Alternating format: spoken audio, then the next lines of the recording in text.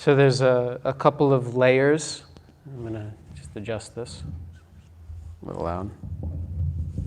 A couple of layers that I want to speak to.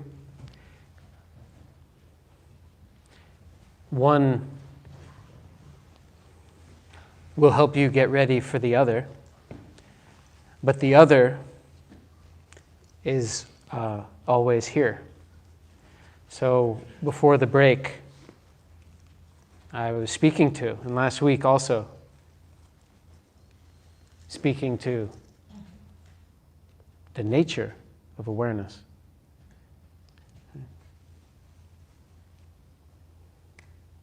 You think you're this little person, this annoying little person. At least you annoy yourself, right? Don't you? If you don't, you annoy others.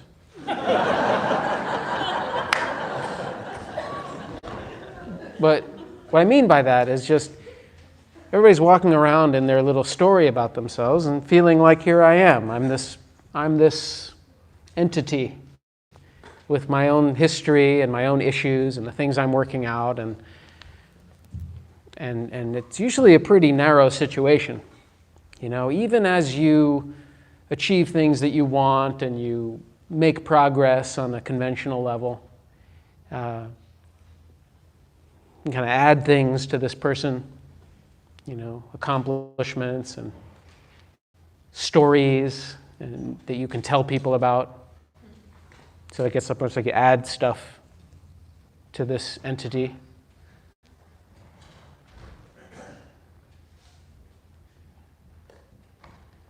And when I say annoy yourself, what I mean by that is, you know, most people are not comfortable in their own territory, right? And that's evidenced by the fact that people spend zero time alone with themselves, not plugged into something. Why? Because it's hard to be you, right? It's hard for all kinds of very valid reasons.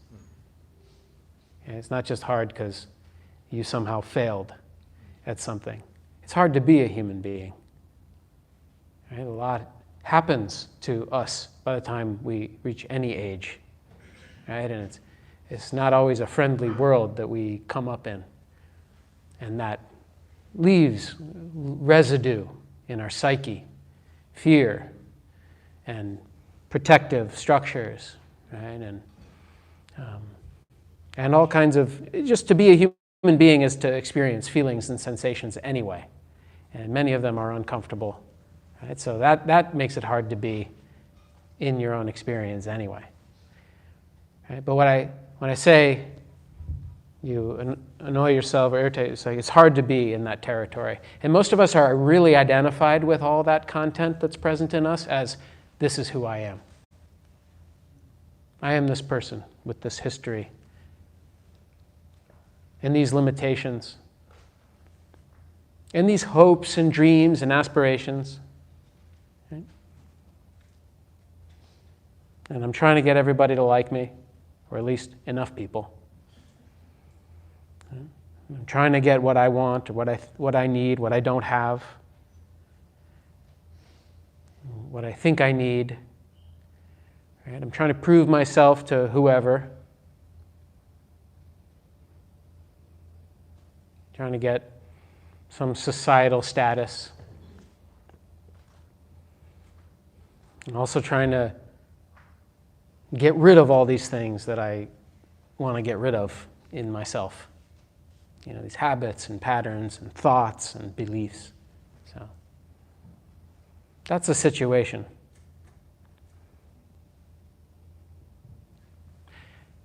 But we miss a very important element. I was talking about this last week, but I want to keep talking about it because I want us to understand this. We're missing a very important element. And that element has to do with the nature of your own being. With the nature of being and awareness. It's the thing you don't see when you're looking at all the content in your mind and your body and the story of your life. The thing you don't see is the thing that's seeing it all. You don't see what's seeing at all. It's like you don't see your eyes when you're looking out at the world. But do you have them? Yes, you do. How do you know you have them? Well, you don't need a mirror. Right? Do you need a mirror to know that you have eyes? No, because you're seeing. Right? I know it's silly, but it's true. Not like that Groucho Marx joke where he goes into the bank and they say, "You have any identification?" And he pulls out a mirror and he looks at it and he says, "Yep, that's me." You know? Sorry. I shouldn't laugh at my own joke. Yeah. You don't need the mirror. Okay. So there is a mirror, actually. The mirror is the mirror of awareness. It's reflecting everything. Not just this, mind and body, but this, all of this, is included.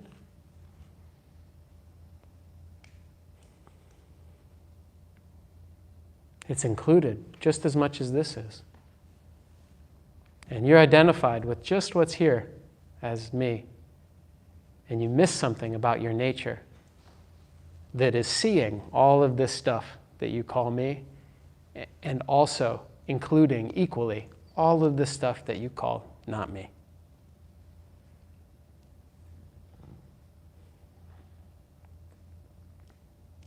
Can you feel something, even when I just talk about shifting from totally identifying with this to recognizing this? All of it appearing equally in what? Is it appearing to you? Isn't it? And this nature of your own being, I use those terms being and awareness together as one thing. Being is just here. And yet we're always latching it onto stuff, you know? We're always identifying our being with this or that thing, right? I am the person who thinks these kinds of thoughts. I am the person who never did this. I am the person who always does this. Yeah? But being is just being. Yeah? That's why sometimes in the meditation I say, resting in being without having to be, to define your being in one way or another. Haven't you always had your being defined for you by other people? You know, people think they know who you are. Sometimes people get free of some of their own constructs, and then they realize, well, everybody else thinks I'm certain ways, and they get caught in that. But anyway, but being is this vast expanse. That's why when you just, you know, there are moments everybody has when you're just being, you're letting yourself be, and there's a sense of expansiveness, right? When you don't have to prove yourself to anybody in any moment, you don't have to prove yourself to yourself. Maybe you're not even thinking about anything, usually. You're not in some story about something. Maybe you're out at, you know, looking at the bay, or you're walking up in the hills, or you go up to the top of the hills and you're looking out, and just for a few moments, it's like this is expansive. Right? What's expansive? Your own being is that includes all this. That's your own being. And you know, you come through your life when you're 5 years old or 7 years old or 10 years old, you always say like, oh yeah, that was my life. I had those experiences.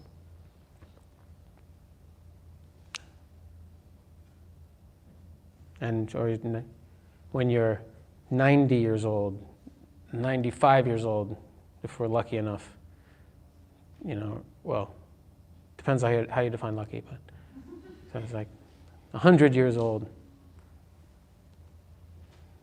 Isn't there something throughout all of these different ages and phases that's here? Isn't there something? Even though it's not the body, because the body's totally different.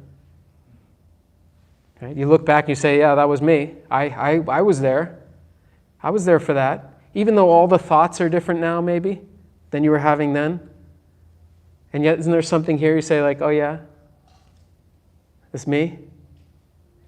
This is like a hint about something that's here all the time that we don't even notice. That's why your awareness doesn't, that's why the body ages, but awareness doesn't age. You might have more different thoughts in your head now. You have different kinds of insights or perspectives. You may have different reactions to things. But awareness doesn't age. Right?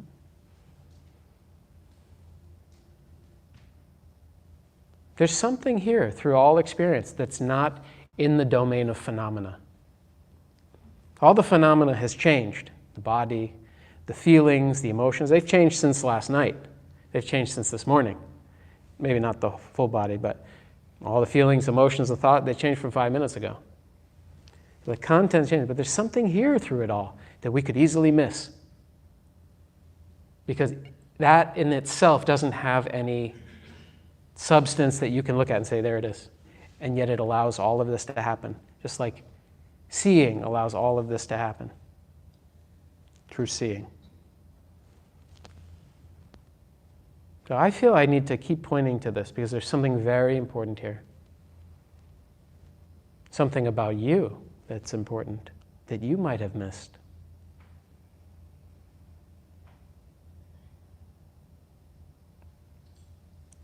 You think you're all the stories you have about yourself. You think you're the feelings you have.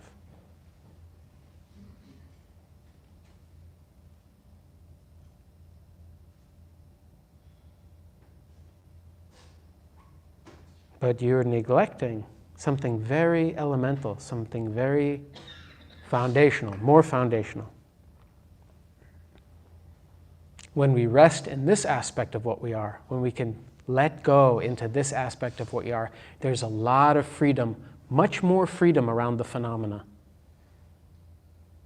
We get much less picky and choosy about what's here, in the mind stream even. Everybody's so busy kind of managing their thoughts, right? This doesn't make such a difference to you whether you're having critical thoughts or optimistic thoughts, right? Whether you're having interesting thoughts or boring, repetitive thoughts. Doesn't it matter a lot to you? Why? Why does it matter so much? It matters because you're totally subject to your thoughts. Whatever you think, your world becomes that way. That's why it matters. And that's why you're working so hard to change your mind. When the phenomena are the only show in town, it's a desperate situation. I got to get rid of this feeling. This feeling sucks. I got to get rid of this sadness. I can't live with this. Or there's so much fear in my system. I'm just walking around. You start to pay attention, you might know there's so much fear all the time. I got to get rid of this. I got to change this. That's the situation. And that's the situation before we recognize something about awareness. Before we recognize that there's something here that is not bothered by the fact that fear is present.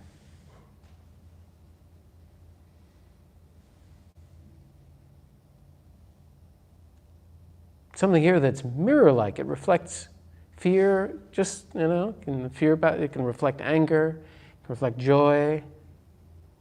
There's something here that's not identified with any of that. So you then think, well, so what?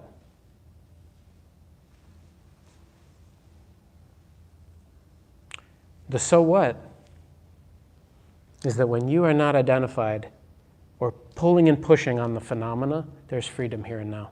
There are degrees of freedom here and now.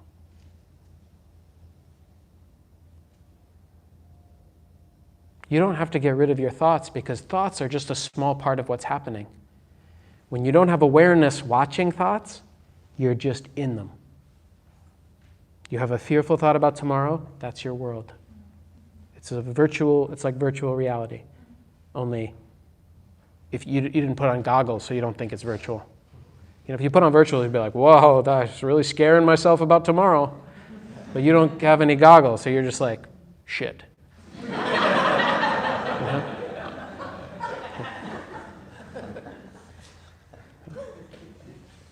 But that's what happens when you don't see a thought as a thought. When you don't see that there's awareness here and thinking is happening within it, then the thinking is the thing. My thought about you is who you are to me. Do you think we have a problem with that in our society? In our world? Yeah, we have a problem. Right? Because I think my thoughts about you and my prejudices and my conditioned racist thoughts or sexist thoughts, I think that's true. I don't even, not even consciously. It's just because it has shaping power when it's not seen. Right? So that conditioning, everybody's carrying conditioning like that. And we're certainly carrying the conditioning of not being aware of thinking as a part of experience.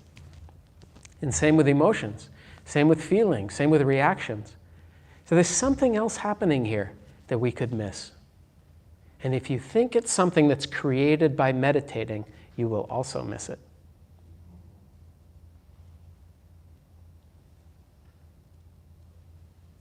You will miss the fact that it's here before you ever meditated. And it will be here, it's here through all your experience.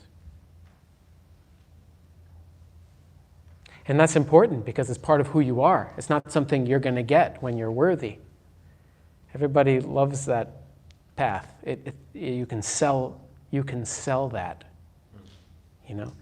I've got this great program for you. I'm going to make you work so hard, and you will mostly fail at it, and it'll be very difficult. At the end, you will become who you want to be.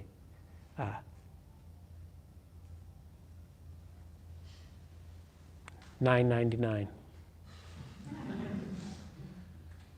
That's lowballing it properly. I got to get with the program, but whatever. That you can sell. You already have what you need. Awareness is full and complete as it is. How do you sell that? I already have what I need? Well, I don't need your $9.99. But that's actually more accurate. So it's actually harder to sell people on this even without the money part. Like, people would rather do a practice that tells you what you already think about yourself, like, yeah, you do kind of suck, and if you work really hard, maybe you'll become somebody. People are like, all right, sign me up for that. This person really gets me, I feel seen, But the other thing, so I don't know, you're probably talking about somebody else. Right? I don't believe it. And I get that. Why would you believe it? But some part of people actually knows this to be true, because in the way that you know things, sometimes there's a recognition. I think that people have that sometimes. Because it's actually true, there's a recognition, or some of that resonates in some way. It's like, oh yeah. Right? Even people who don't meditate, you can say that. Do you feel like your awareness ages? Now, they'll start thinking about that and it'll be confusing, but I've told this story in here where I asked my grandfather when he was in his late 80s, I said, do you feel old? And he said, when I'm not moving, I can't tell I'm not 25. Right? Why? It's not a meditation dialogue. Because awareness is of an interesting nature. It's not existing on the level of content. The content is appearing in it, or the content is appearing as an expression of it. Okay. So I'm saying these things. Awareness is always present. even when you say, I wasn't aware for that time, okay, that's true on a certain level, but also not true. It's like, oh, I wasn't aware. I spent the whole day, I wasn't aware. People say that. It's like, I left the retreat, and then I wasn't aware until the next day. I said, really? You weren't aware? It's amazing. How'd you drive home? Like, oh, I drove home, but I wasn't aware. I said, really? That sounds really dangerous. So who drove home? Well, so it's kind of important that we get a little more accurate about what's actually happening. I think what people mean by that is, I was mostly in thinking and stories. That's mostly what I was experiencing. So who was experiencing that? So you were here experiencing mostly being in these virtual realities, which is the way most people are living all the time. People are not just like, most people are just living for the next things or the next years, or it's always about the future, and all of that is happening in stories. And it's all happening right here. It's actually never happening out there somewhere else. It's just happening right here. So that's all we mean when we say I was not aware. We say like, oh, I didn't notice that was what was happening. But something was noticing that was happening, because I can say, what were you worrying about all day? And you can say, oh, I was worrying about this, and I was worrying about this. How do you know?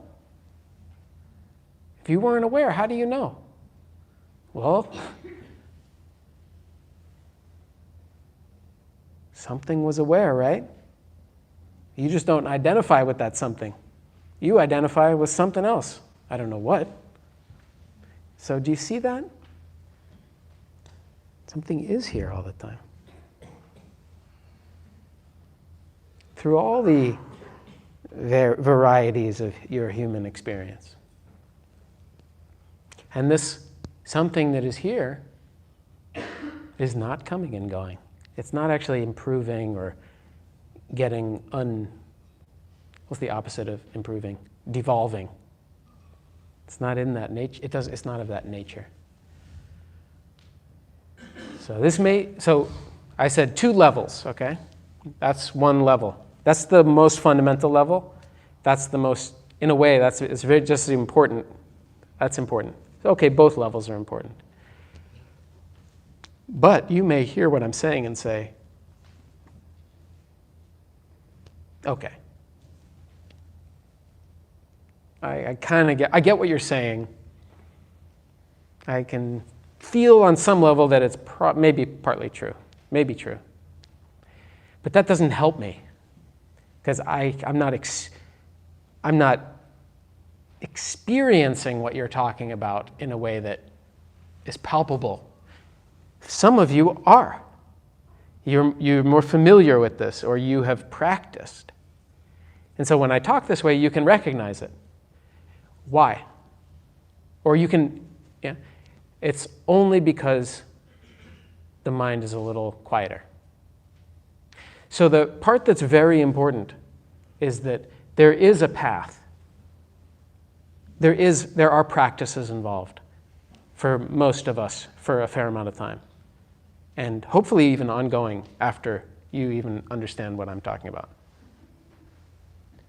So firstly, we got to recognize that the situation for most people is, and this was certainly true for me, and is still true some of the time,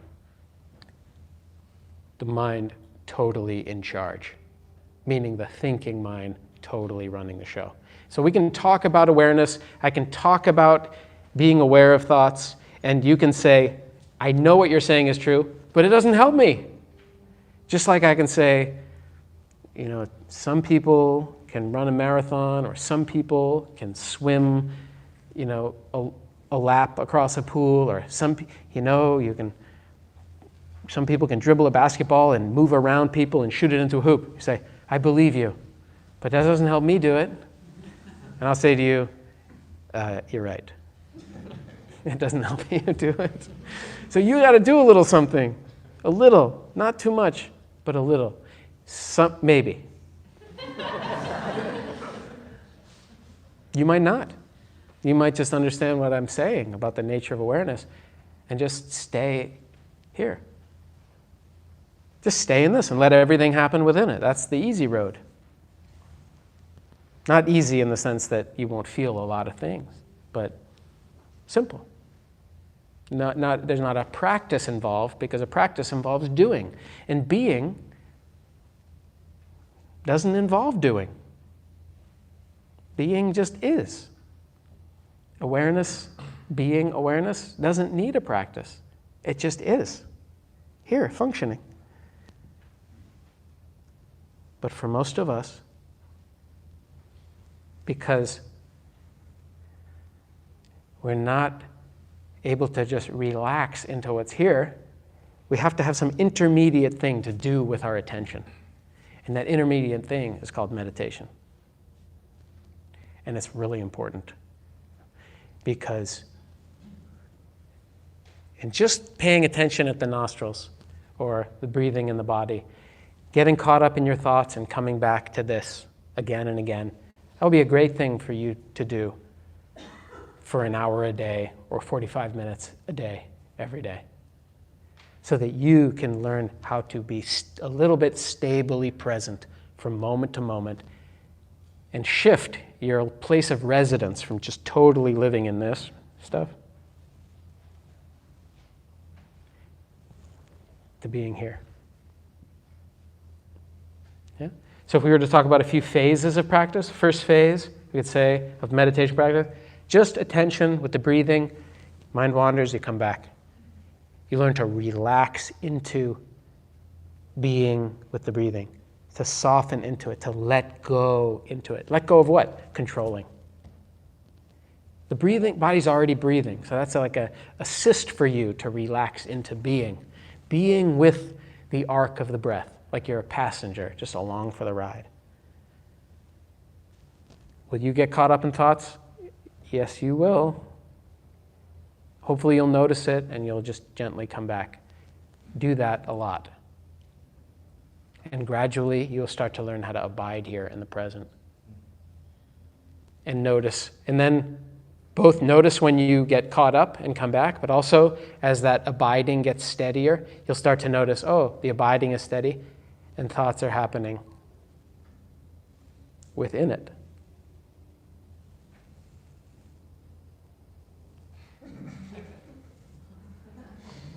You know, I do this because it seems like the past, seems like the future, but it's all right here, right?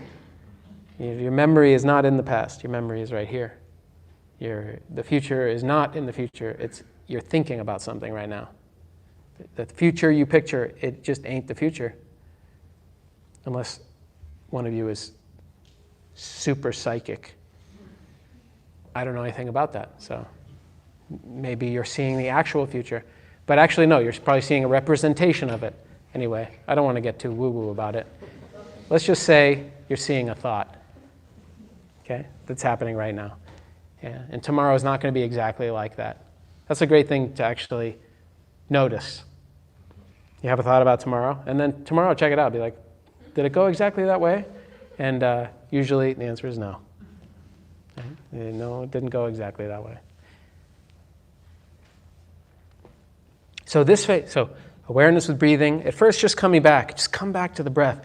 That's developed samadhi, stability in presence, a unification of the ordinarily like scattered attention. It's scattered just because you're getting pulled from one thought to another super quickly, or from one activity to another. So that's why you feel so frenzied and frantic and scattered and diffuse and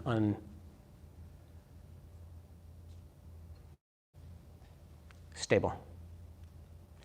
So attention with breathing, develop some stability. From the stability, then we start breathing.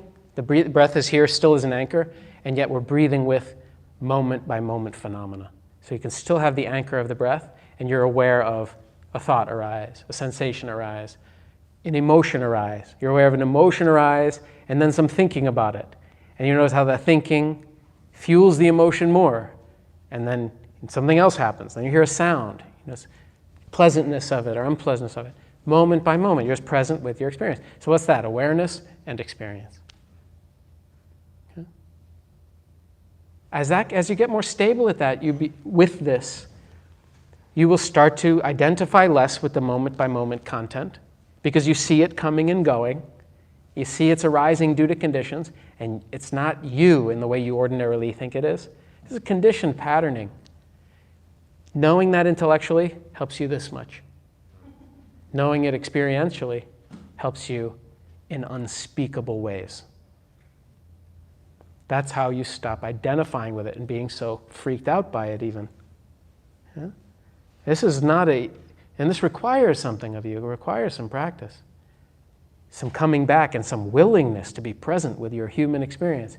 Is that easy? Like I said, it requires a lot. It's a very courageous thing to do.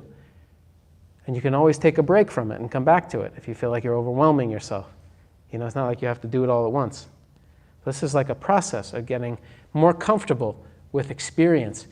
And then the identity starts to shift. We start to relax more into the awareness.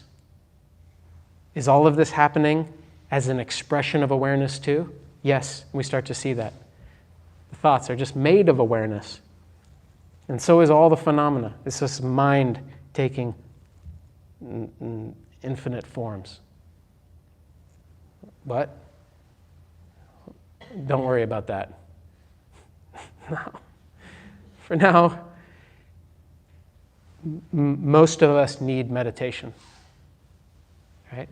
And I meditate, right? So you can recognize this kind of aspect that's here all the time, and that can become that can become what we start to mean when we say practice, which is just like, it's the distinction between practicing and not practicing starts to fade, right? Because we just start to be here, abiding as this.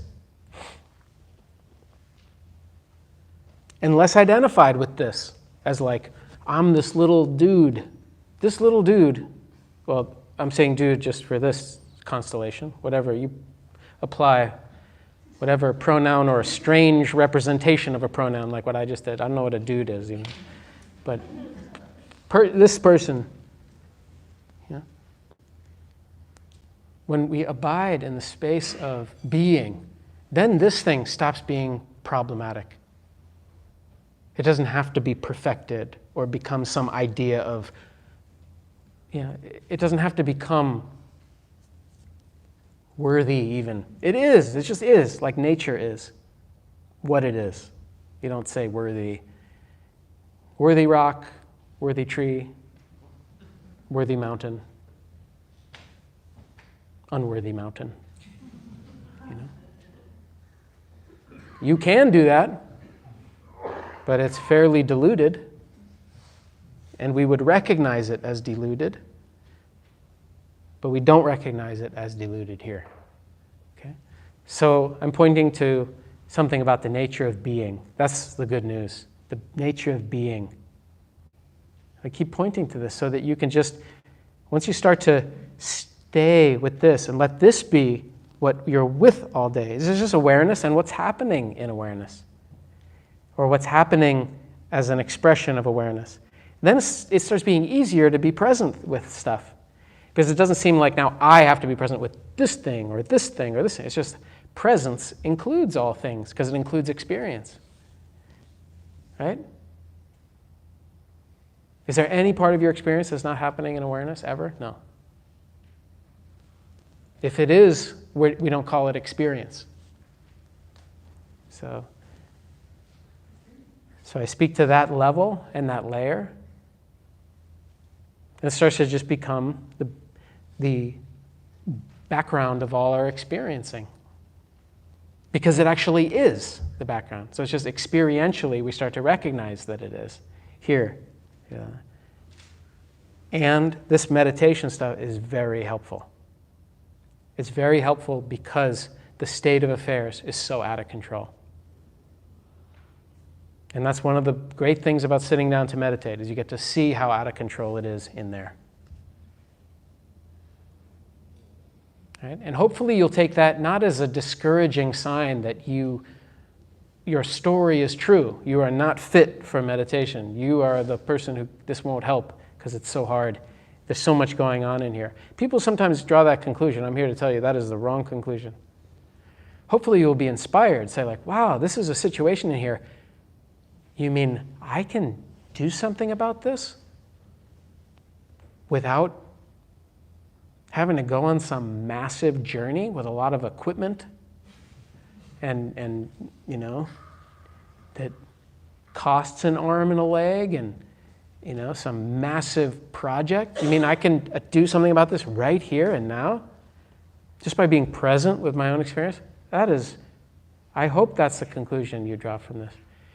Because it doesn't, you know, even a little bit of being a little more okay with your own mind and body, like 2 degrees, is very different. And many of you know that, because you know a few degrees have made a world of difference. Now just imagine a few more degrees. Right? Just to know that the degrees here are ongoing.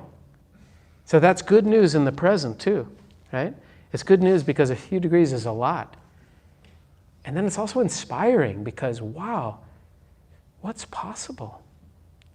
You know, we have these great masters we can look at and look to, and even just sometimes you've been around somebody like that, you get a sense of like, you get a little flavor just by being in the mind space of somebody like that. It's like, wow, you know, I've been around a few people like that. It's like, whoa. Then she goes like inspiring. So it's cool. That's why the Buddha says that the Dharma is good in the beginning, it's good in the middle, it's good in the end. So who knows what it's like in the end? It's Buddha domain. The end, like the act. A lot of people say like, oh yeah, I've had some. You know, people claim a lot.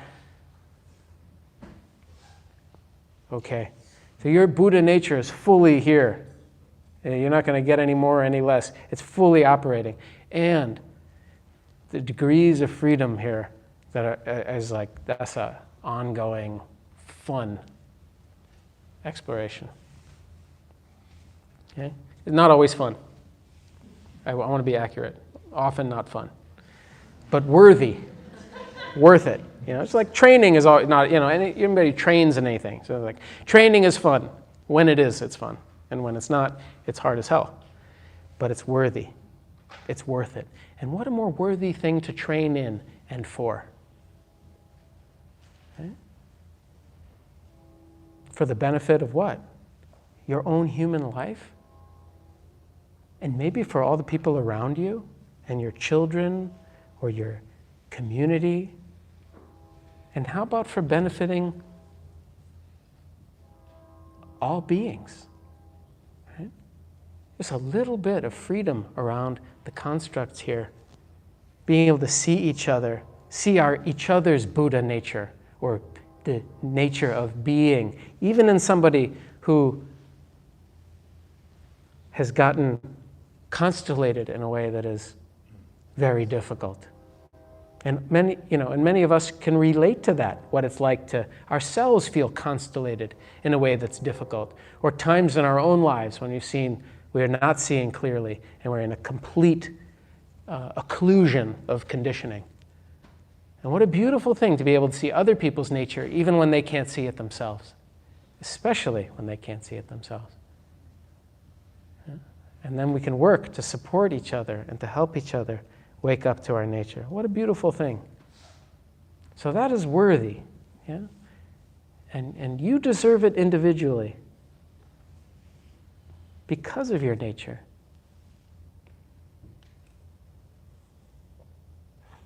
So I hope you will come away at least with that and with some curiosity about what's here,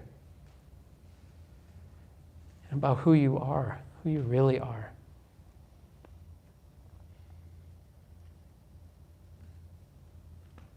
And I hope you will also apply some of these practices, because that helps a lot to be able to actualize what we're describing, what I'm talking about. To have it not be abstract. To have it not be something you need to go remember or go back to some special place to get access to, but something that's just here.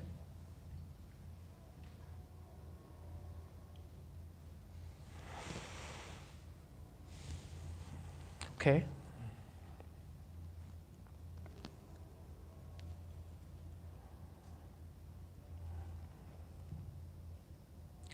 So yeah, if you have questions about what I'm talking about, or just about practice, or about your nature. I have a question about my nature. That's so great. Let's keep the questions, if possible, close to your experience. You know, not just abstract. Questions that are just like, I'm just interested. Usually I won't let that pass. I'll ask you follow-ups. But yeah, it's a great place to bring your questions and to bring your doubts, right? So that we can talk about them together and support each other in this, on this path. So is there a hand over here? Yeah, Daniel.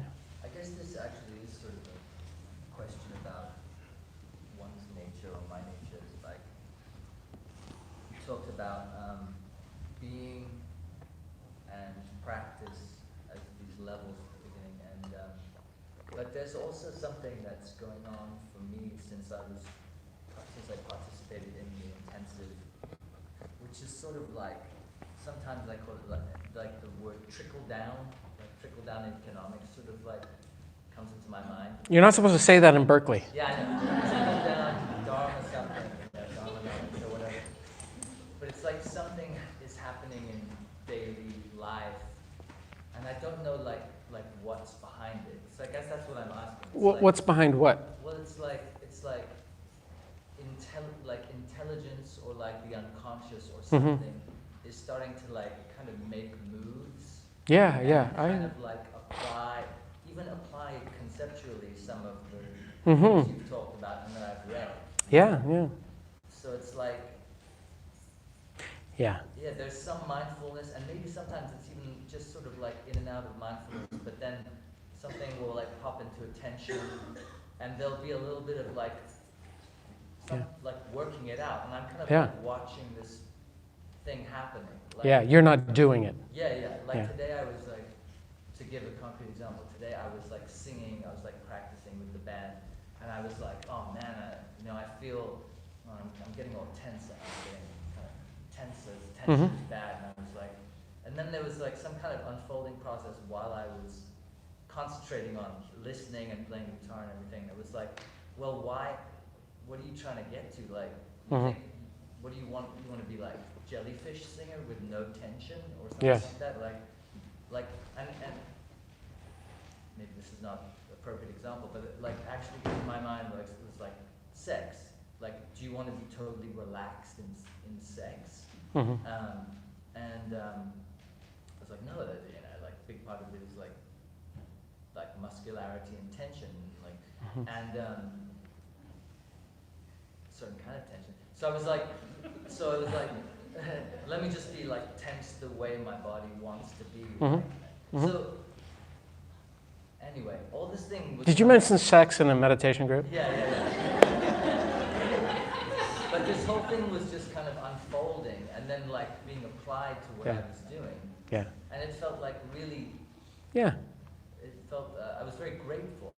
These things are kind of happening and I feel very grateful for them. So like, what is that? Behind that? It's not being, right? Because being doesn't have that agenda to like save me or whatever from myself. I'll just say a couple things. One is, it's okay to mention sex in a meditation group. But the reason is because, and a lot of times this is an aside, but I'll just say it anyway, because it's kind of important to say. A lot of times that's a topic that's like left out of meditation world, but it's not left out of people's experience. And so the problem with leaving it out of meditation world is that it's not left out of people's experience, and then weird things happen. Weird things happen when you don't include all the energies of your life in awareness. So anyway, I just want to say that. So I get why some part of the mind would say, like, is it okay to talk about that in here? And actually it is, right? Because it's what you don't include will run you around. basically. So meditation is about including life, yeah, bringing awareness to what's here. So that's an aside.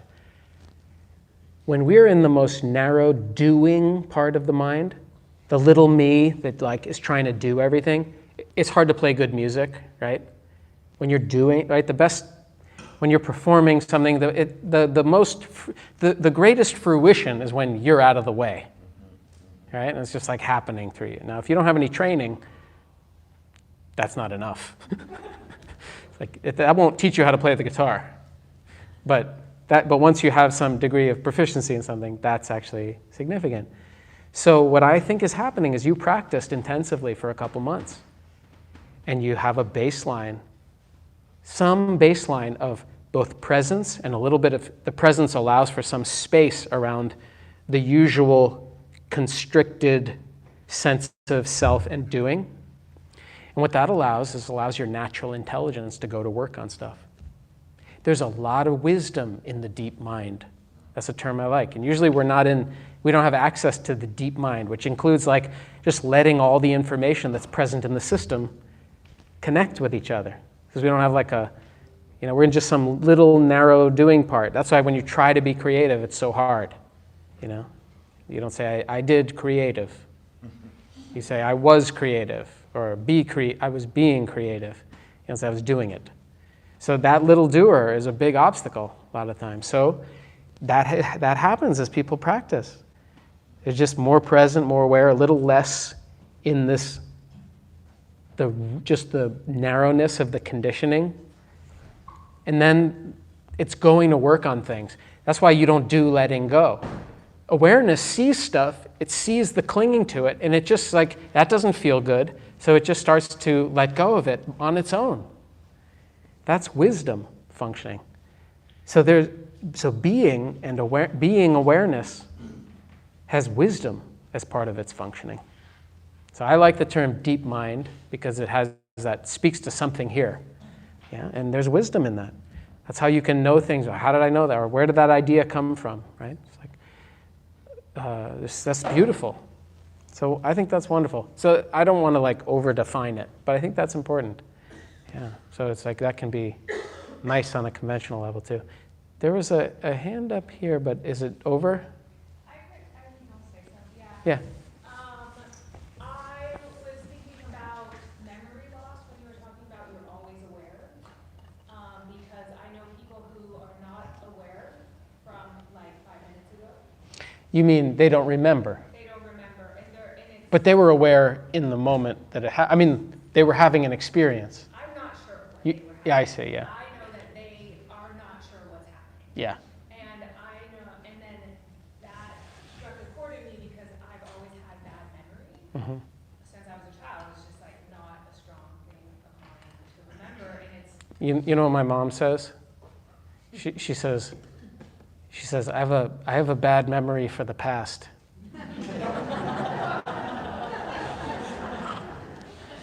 She does. I thought that was funny. I thought, what kind of memory what's your good memory? And I think cute. I probably blocked out some of those bad things, and Sure. but then there's things I want to remember, and I just don't, and it's. I'm not saying you remember everything. That's different. You don't record everything in memory that you experience. So I just felt confused because I felt like that's to me. There's like I was aware, but now I'm not aware. And then there's some time like I could have an experience in my future where the awareness is. Where the awareness is present but doesn't include memory. Right? Yeah. I don't know what somebody with that kind of memory loss is experiencing, but I don't think it changes what I'm describing. Right? Because I'm not saying that the fact that awareness is always present gives you any kind of memory. Right? Memory has to do with how, I don't know the science behind it, but like how you're recording what's happening and storing it. Right? So yeah, you may have awareness and not have memory present. And then you may notice confusion and disorientation. And so I don't know what the experience is of like, I did have a grandparent who had very severe Alzheimer's So I don't know what the inner experience of that is. I saw the outer experience. But I do think, just on a ordinary level, most people are not good, because all we have usually is the story of where I am and where I'm going. It's very scary to not know where you are and where you're going. That's why it's scary to have a transition in life where you don't know where you're going and you don't have like an identity in the present. That's just scary for people. Why? Because we're in the content business. It's the way we orient is all around, this is who I was yesterday, this is who I am today, this is who I'll be tomorrow. So I'll just say, the only thing I'm saying that I think is maybe of interest here is, as we relax into being and being aware, we can actually tolerate that kind of not knowing a little more. Yeah, 'cause it's the intolerance that's hard. Yeah. Yeah, and it's very scary to think you need to know and not know. That creates a kind of a very panicky feeling, and then you have to figure it out, and the psyche gets very, yeah. So that's a wonderful thing for any of you at any phase, like to let go into not knowing, but you're letting go into being, into awareness. It's like, I don't know the future, maybe I don't even know right now the past, and yet this is just here. Right? So that's not to say like, oh, you meditate and you'll have an easy time when you don't know, when you lose all your memory. I'm not saying that. I don't even, know what's true around that, but I think it's an interesting topic. Yeah. Eric, did you have? Yeah, I was remembering a conversation actually that when you mentioned that. Could you speak up just a little bit? Yeah. You alluded to how difficult emotions, like fear and doubt, can be used as supports Yeah. to the practice. Mm-hmm. And I just wanted to elaborate on that a little bit more. Yeah. Yeah. So I was saying something about how, different traditions phrase things different way, but the Tibetans have a nice way of talking about using difficult emotions as a support for awareness. It's just a nice languaging. So we think about using the breathing as a support for awareness. And usually then we think about like, now I'll struggle to be aware with like fear. But it's an interesting reframe to think about a state of fear as a support for awareness. And actually difficult emotions or states are a great support for awareness. Why? Because they're very compelling. Okay? And they have a lot of energy in them.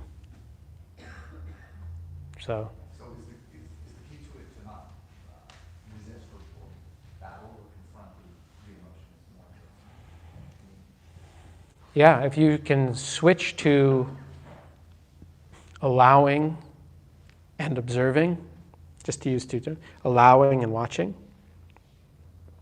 and letting the emotion itself become like your meditation object, what you're attending to, the awareness can get very steady and vivid.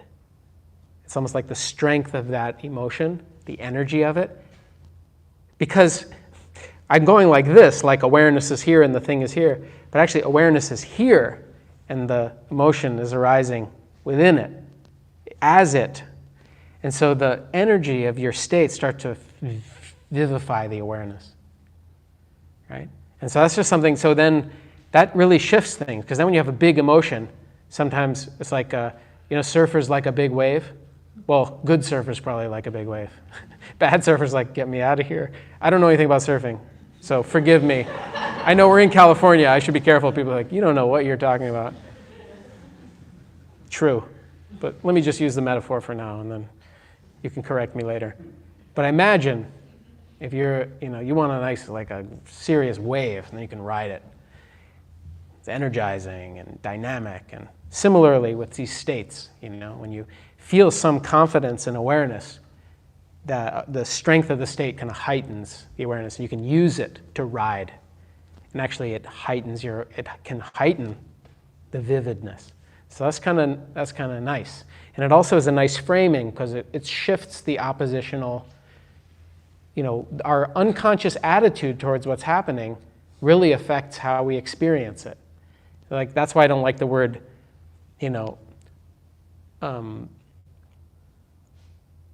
people say like negative emotions. I don't like that term because it makes people have an antagonistic relationship to it from the beginning. You can say like challenging emotion, difficult emotion, but it's like, okay, so it's strong emotion, but when you are relating to it a certain way, it can become an assist. Anger is a great one like that. Anger can create a lot of energy and actually a lot of clarity when you don't let it run you. So anger is a very nice vivifier of clarity, and if you can use that, you can be super discerning. It's kind of like fierce wisdom, using the energy of anger. You stuff the anger and you have, what do we call that?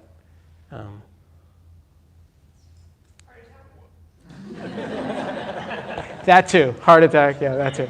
But it's like you may have some clarity, but it's like got no juice in it. You don't have the power. You disconnected from the power. Right? People are scared of that energy because it's so big.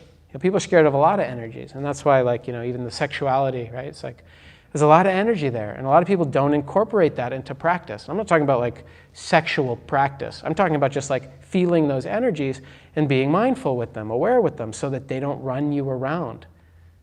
Right? And that's true of, and yet you can be enhanced by them, the sensuality of it, or all of that. Right? So anyway, so that's a nice phrasing, and that comes from some of the Tibetan around using emotion as a support, or using strong states as a support for awareness.